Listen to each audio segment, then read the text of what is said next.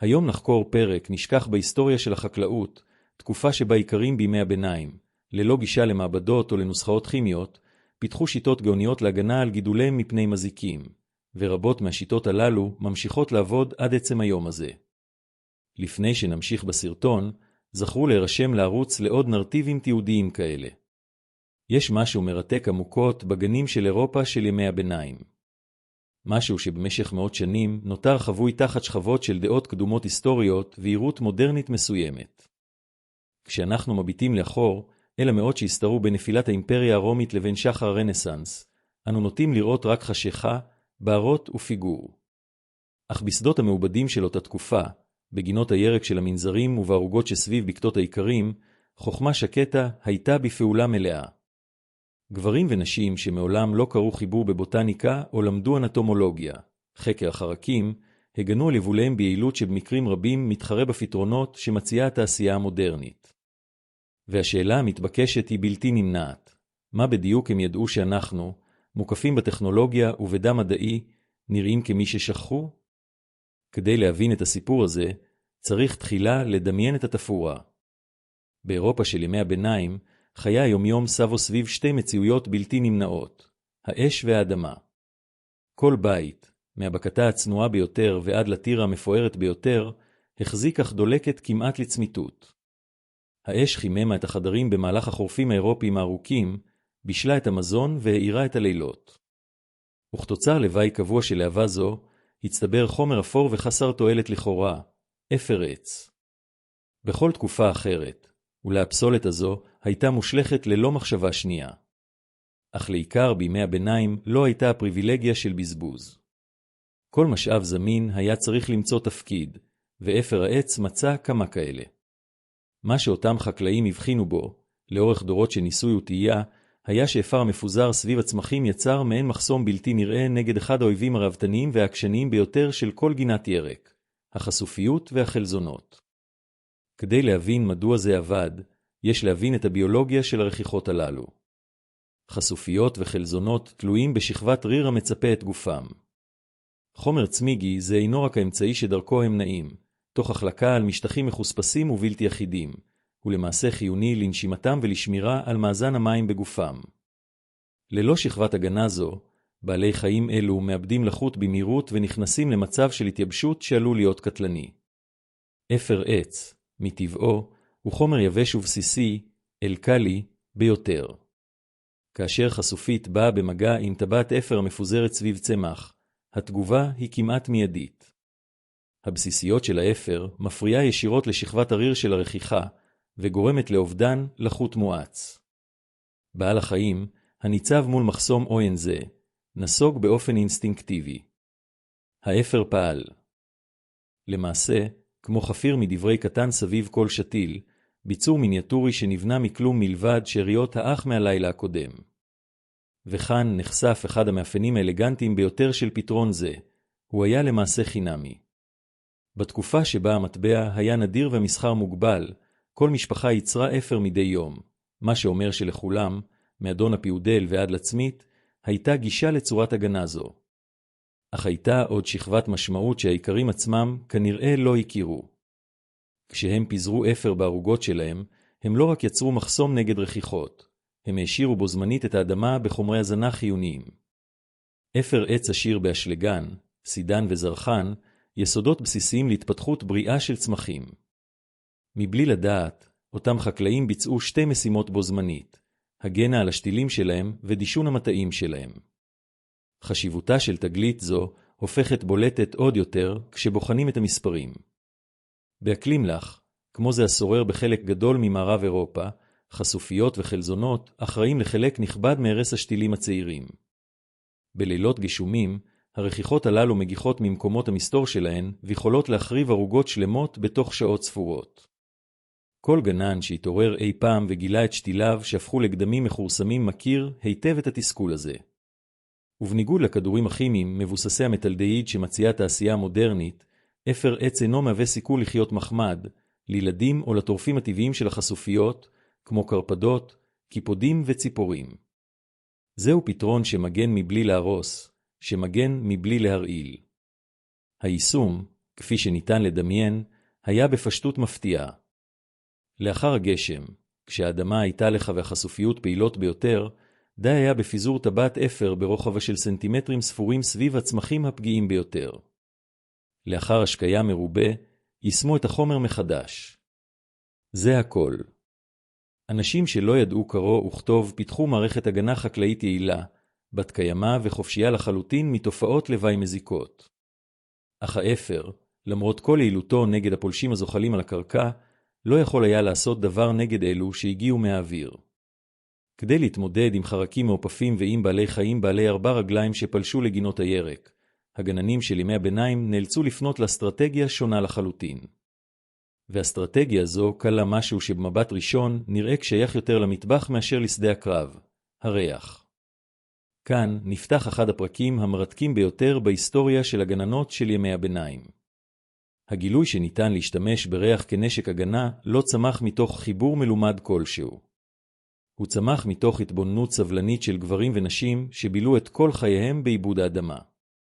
ומה שהם הבחינו בו היה שצמחים מסוימים ממשפחת השומיים, אליאם, הקבוצה הבוטנית הכוללת את השום, הבצל והקרישה, נראו כבעלי השפעה דוחה בולטת על מגוון מפתיע של מזיקים. המדע המודרני מציע הסבר מפורט לתופעה זו. צמחים מהסוג שום.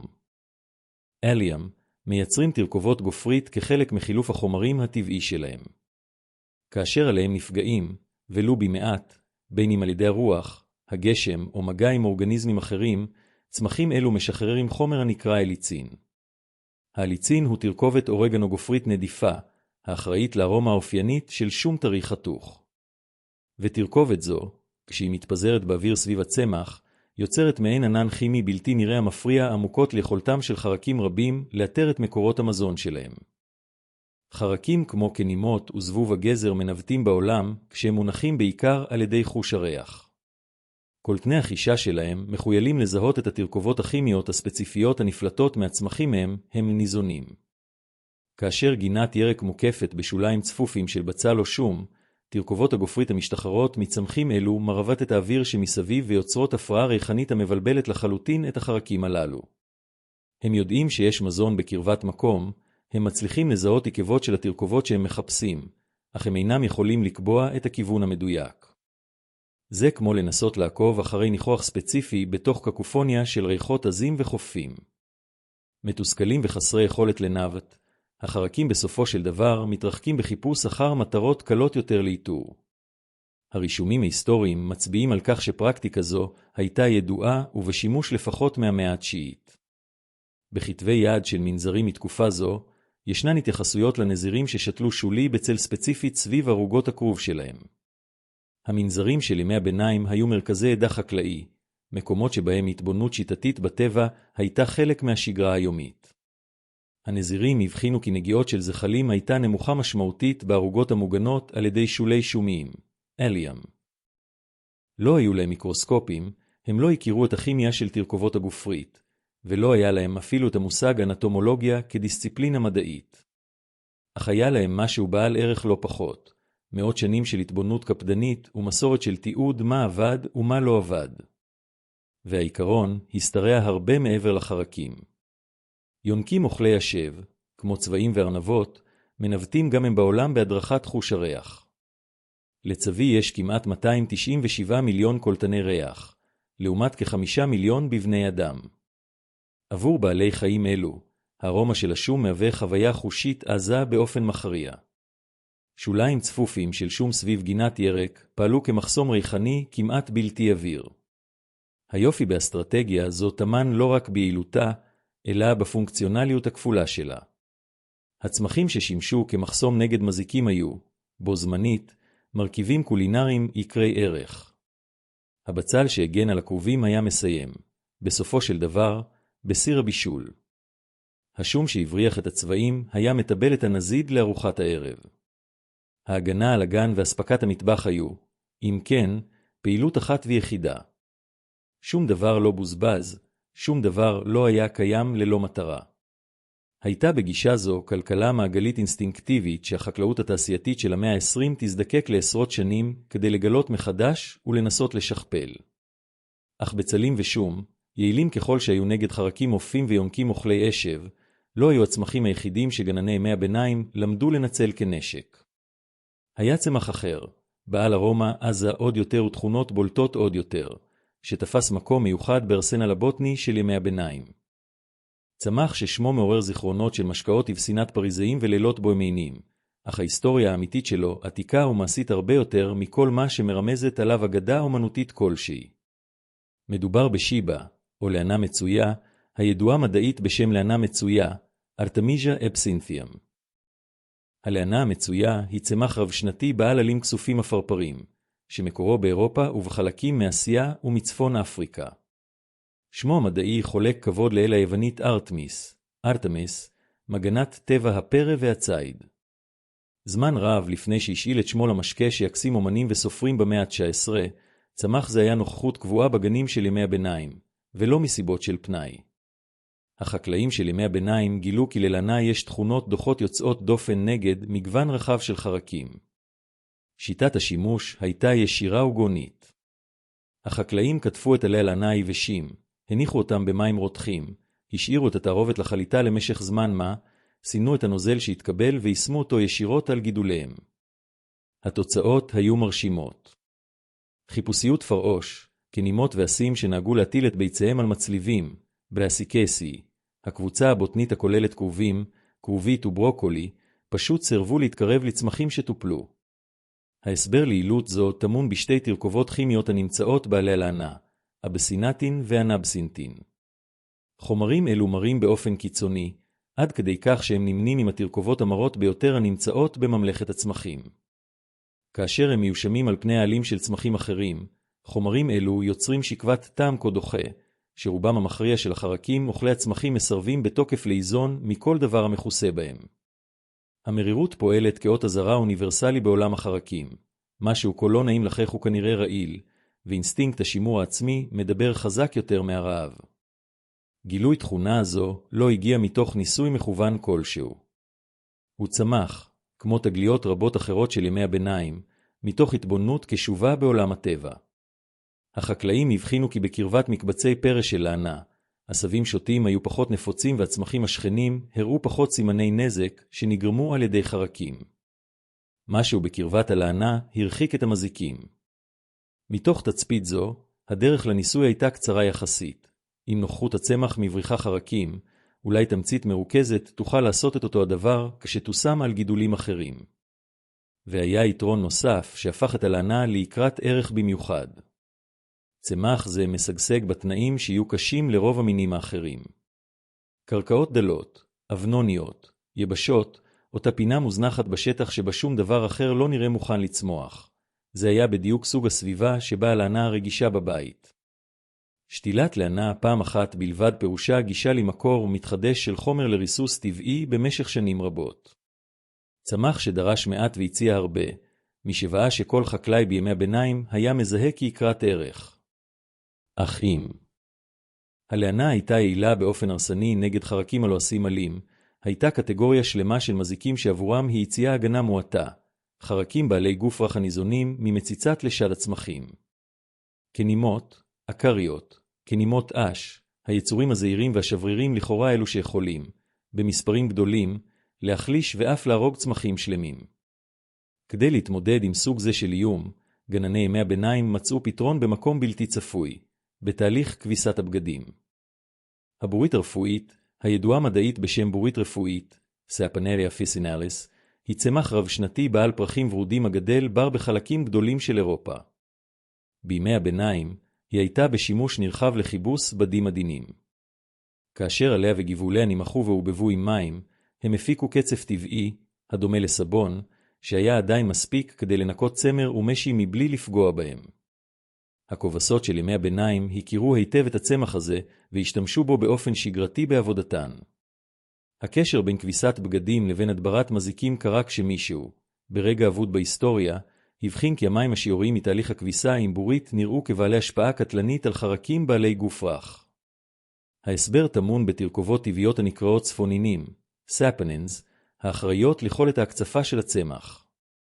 כאשר הם מדוללים במים ומיושמים על מושבות של כנימות, אקריות או כנימות אש, הספונינים יוצרים קרום המצפה את גופם של חרקים אלו. קרום זה חוסם את פתחי הנשימה, ספירקלס, הפתחים הזעירים שדרכם אורגניזמים אלו מחליפים גזים עם הסביבה. משוללי חמצן, החרקים מתים מחנק בתוך שעות ספורות. חשוב לציין שזהו בדיוק אותו עקרון פעולה של סבוני הדברה המשווקים כיום. התעשייה המודרנית ניתחה את מה שגנני ימי הביניים כבר עשו, אישה מדעית את המנגנון וארזה את המוצר בבקבוקים עם תוויות צבעוניות. והיה יתרון נוסף, הספונינים מתפרקים במהירות כשהם נחשפים לאור השמש. שעות ספורות לאחר היישום, התרכובת היא פעילה כבר התפרקה. אין שאריות רעילות המצטברות על העלים, אין סיכון לזיהום המזון הנקטף. הטיפול ממלא את תפקידו ואז מתפוגג. התחזוקה של מקור הדברה ביולוגי זה הייתה מינימלית. הבורית הרפואית, לאחר שנשתלה, מתפשטת במרץ. עבור החקלאי בימי הביניים, אגרסיביות זו הייתה מעלה. ככל שהצמח התפשט יותר, כך היה זמין יותר חומר גלם. סיפורה של הבורית הרפואית מדגים דינמיקה חוזרת בהדברת מזיקים בימי הביניים. הגילוי המקרי, שנולד מהצטלבות בין פעילויות יומיומיות שאינן קשורות לכאורה. הכובסות לא ניסו ליצור קוטל חרקים, הן פשוט כיבסו בגדים. אך התצפית שהנוזל השיעורי, הרג חרקים, הפכה תוצר לוואי ביתי לכלי חקלאי. אך הפתרונות המרוססים של הבורית והלענה, יעילים ככל שהיו נגד חרקים על העלים, לא פתרו את הבעיה שחזרה על עצמה לילה אחר לילה בגינות הירק של ימי הביניים, המתקפה הבלתי פוסקת של החשופיות.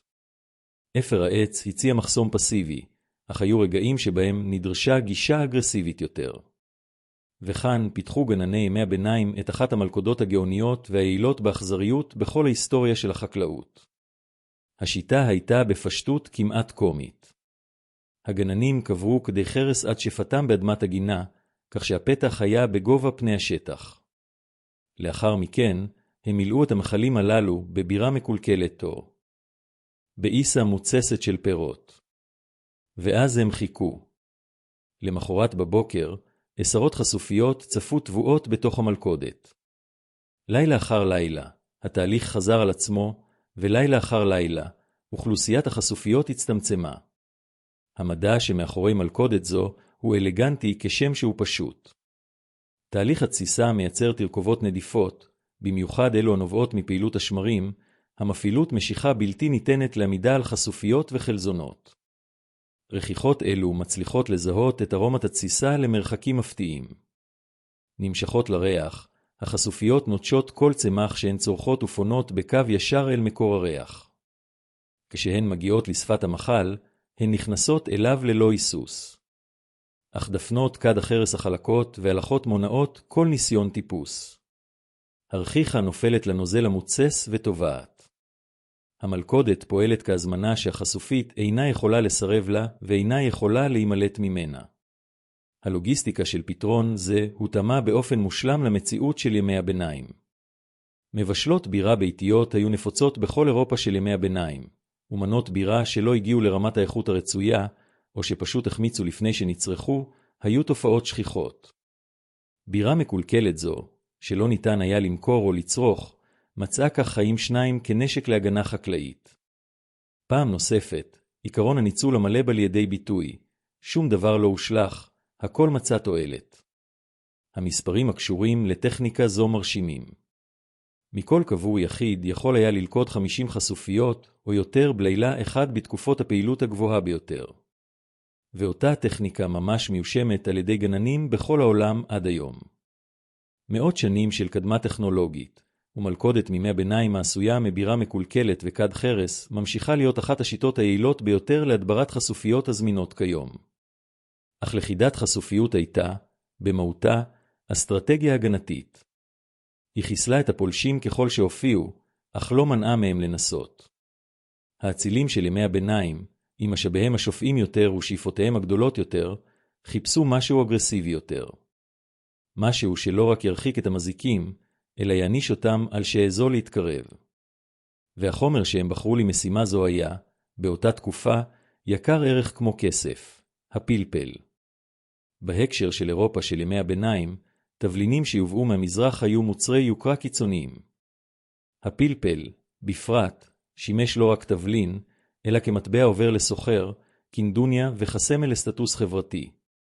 העובדה שחלק מהאצילים היו מוכנים לטחון את המרכיב היקר הזה ולפזר אותו על הקרובים שלהם אומרת הרבה על חומרת בעיית המזיקים ועל הערך שהם ייחסו לגינות הירק שלהם.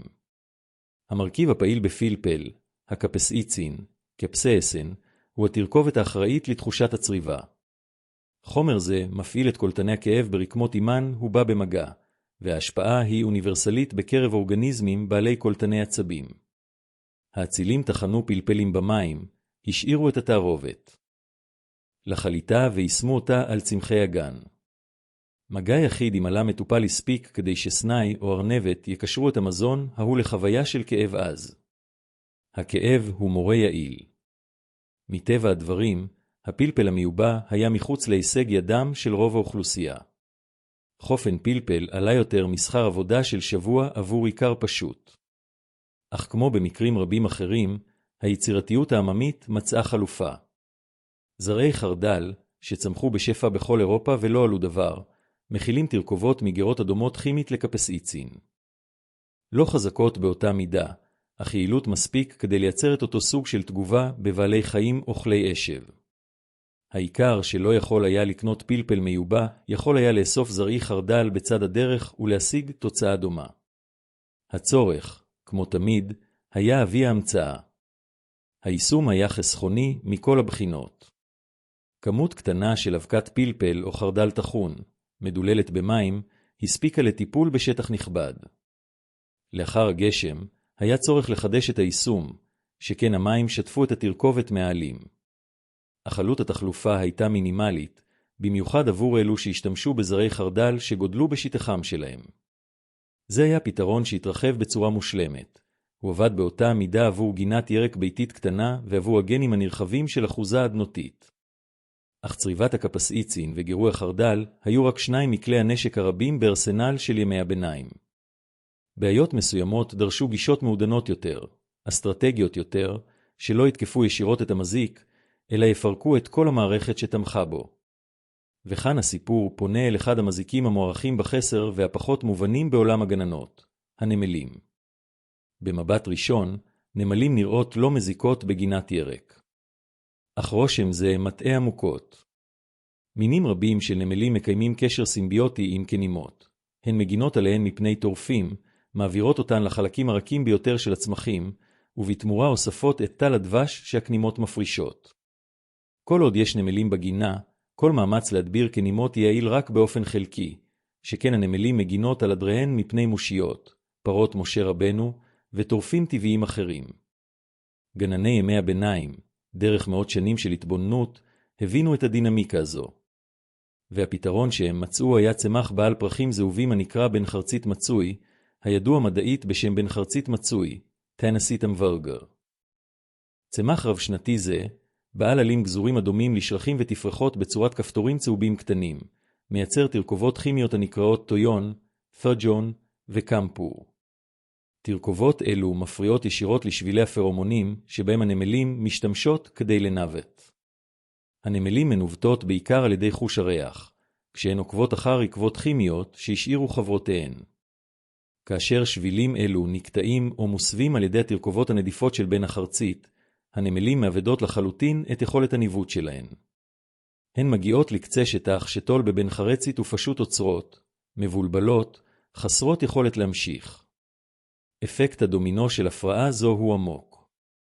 ללא הנמלים שהגנו עליהן, הכנימות נותרות חשופות לטורפיהן הטבעיים.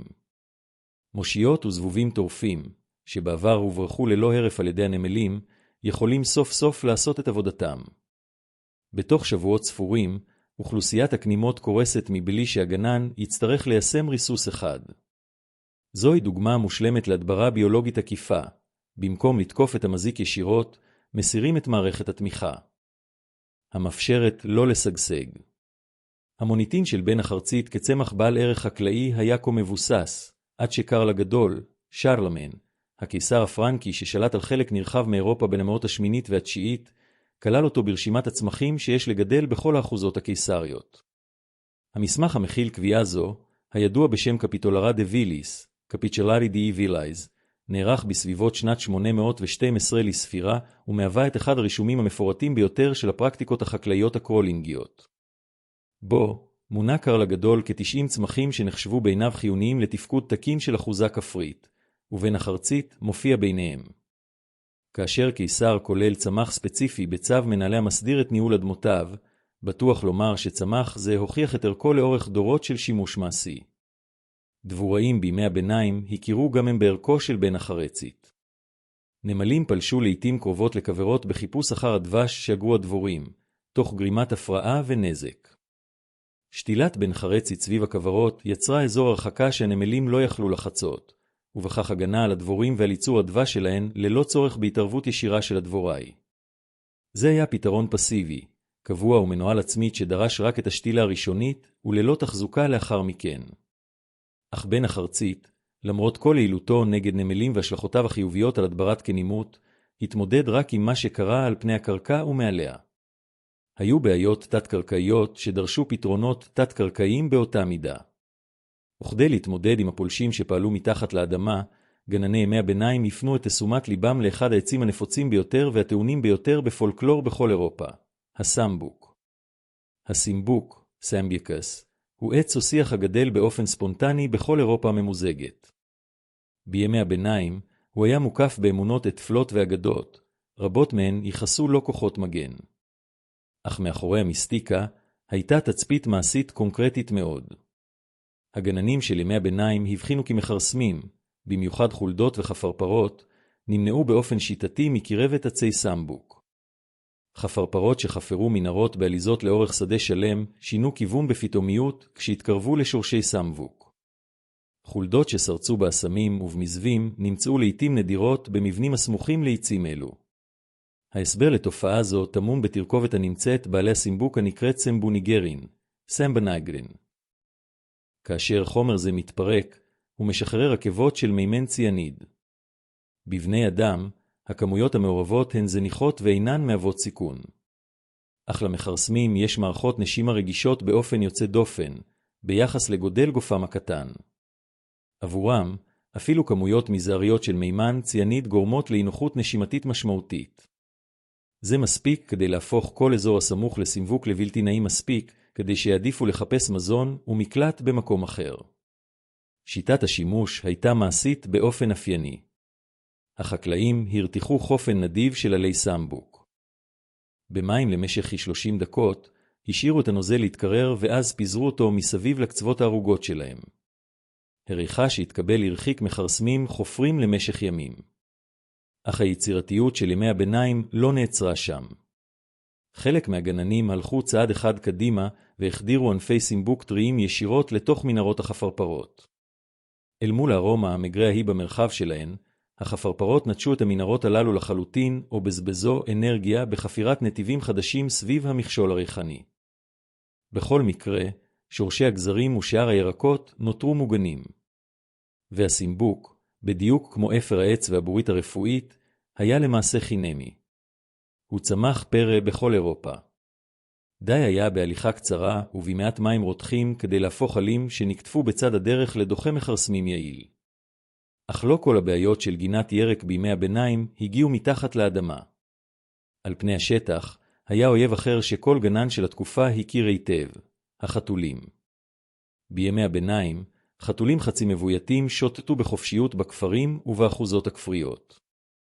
הם היו נסבלים ואף מוערכים בשל יכולתם להדביר חולדות, אך היה להם הרגל מתסכל להשתמש בערוגות שנזרעו לא מכבר כמקומות לקבורת צואתם, תוך חשיפת זרעים ופגיעה בשתילים בתהליך.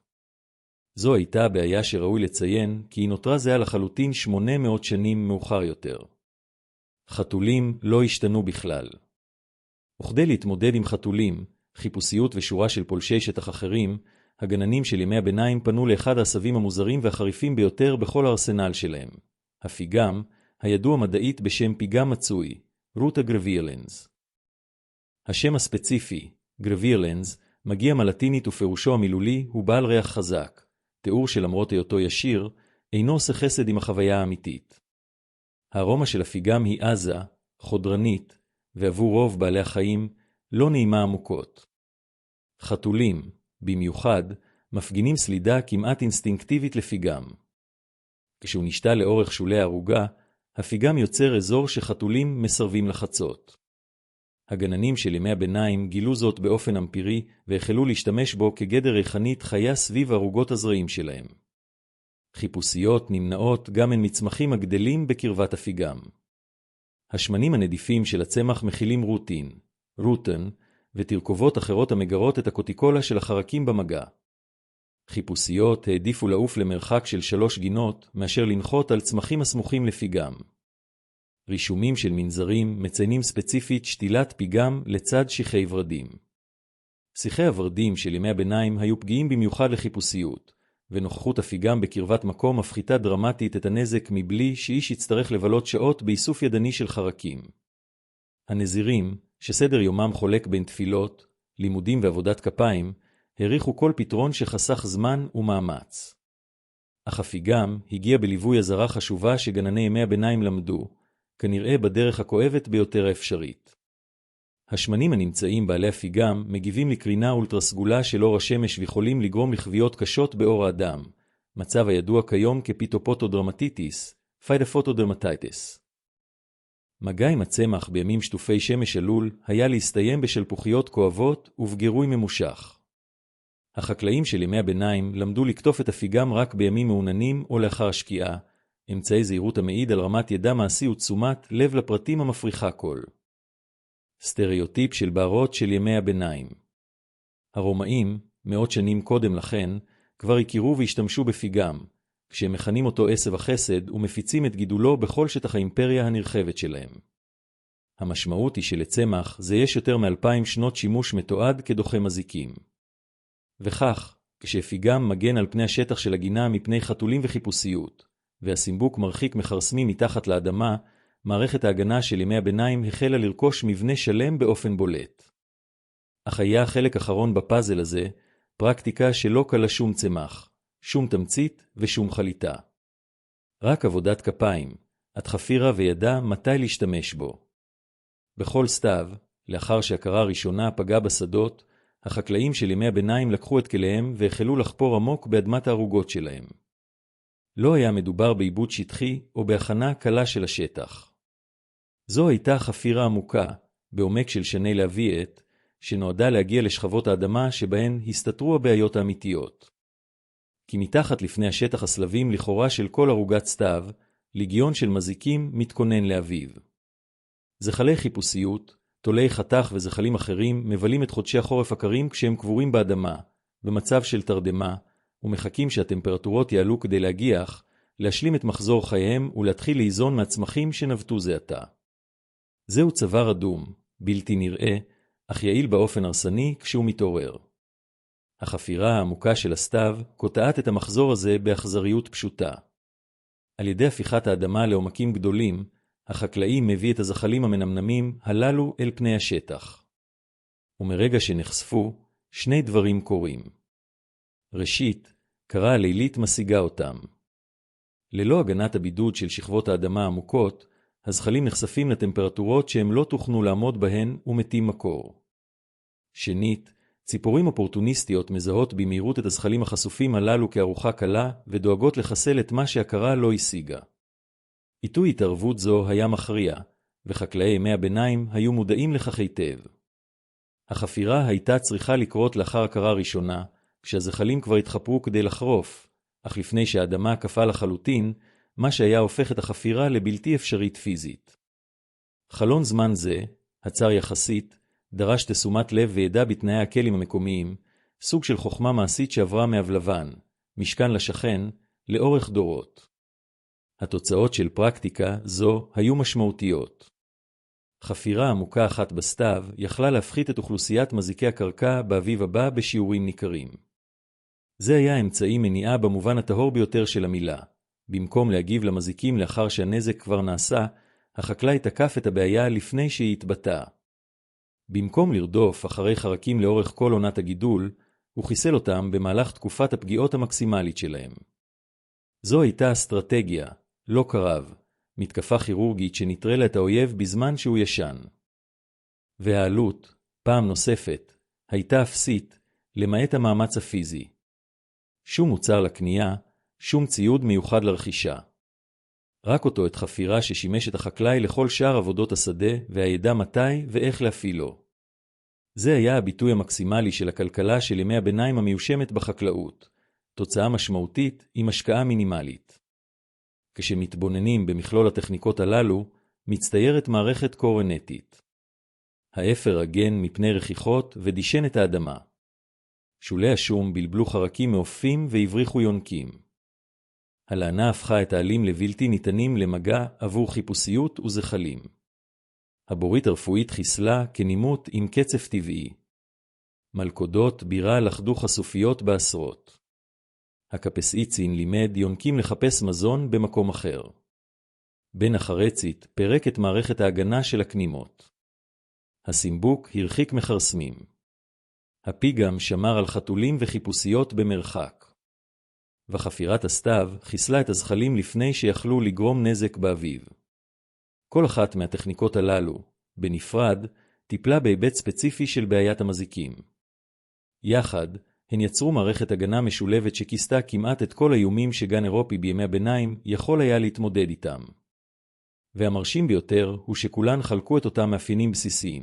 הן התבססו על חומרים מקומיים וכימיים, לא כלו חומרים רעילים מסוכנים, לא פגעו במערכת האקולוגית שמסביב, לא דרשו ידע מומחה ולא היו תלויות בשום סוג של תשתית מסחרית או תעשייתית. מערכת זו לא הומצאה על ידי מוח מבריק ברגע אחד של השראה. היא נבנתה לאורך מאות שנים, על ידי אלפי אנשים אנונימיים שהתבוננו בעולם שסביבם בתשומת לב, התנסו במשאבים הזמינים וחלקו את התוצאות עם קהילותיהם. זה היה תהליך קולקטיבי, הדרגתי ואורגני עמוקות, המושרש בצורך המעשי להישרדות ובכבוד אינסטינקטיבי למחזורי הטבע. המדע המודרני, עם כל מכשיריו ומתודולוגיותיו, אישש את הרוב המכריע של הפרקטיקות הללו. תרכובות הגופרית של השום, הספונינים של הבורית, הטויון של בן החרצית, האבסינטין של הלענה, הקפסיצין של הפלפל, הסמבוניגרין של הסמבוק, כל התרכובות הללו בודדו, נותחו ואושרו כחומרים דוחים או קוטלי חרקים יעילים. מה שעיקרי ימי הביניים גילו באופן אמפירי, ללא מיקרוסקופים, ללא קרומטוגרפים, ללא אף אחד ממכשירי הכימיה האנליטית המודרנית, המדע אישש במעבדות המצוידות בטכנולוגיה מתקדמת. המסקנה היא בו זמנית מצניעה ומעוררת השראה. אותם אנשים ידעו יותר ממה שאנחנו נותנים להם קרדיט. ואולי הלקח הרלוונטי ביותר מכל הסיפור הזה אינו תמון בתרכובות הכימיות או בטכניקות הספציפיות. הוא תמון במנטליות שיצרה אותן. מנטליות של התבוננות, של ניסוי, של ניצול מלא של המשאבים הזמינים, של הרמוניה עם התהליכים הטבעיים. מנטליות שראתה בגן לא שדה קרב שיש להשתלט עליו בכוח זרוע, אלא מערכת אקולוגית שיש להבין ולנהל בתבונה. בגנים של אירופה של ימי הביניים, בתוך אפר האח וארומת השום החריפה, בפרחים הצהובים של בן החרצית ובקצף העדין של הבורית הרפואית, שוכנת מורשת חקלאית שחצתה מאות שנים ושנותרה תקפה היום כפי שהייתה בימיו של קרל הגדול. מורשת המזכירה לנו שלפעמים, הפתרונות היעילים ביותר אינם היקרים ביותר, המורכבים ביותר או המתקדמים ביותר טכנולוגית. הם הפשוטים ביותר, העתיקים ביותר, המחוברים.